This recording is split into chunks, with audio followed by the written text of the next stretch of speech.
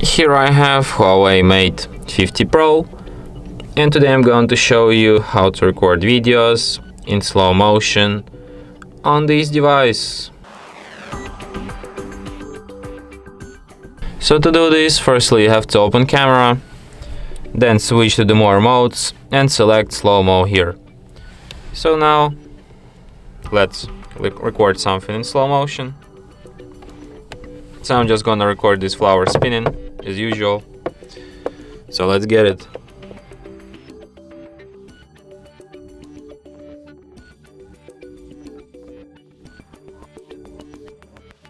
Okay, we got it. And now let's check out how it ended up.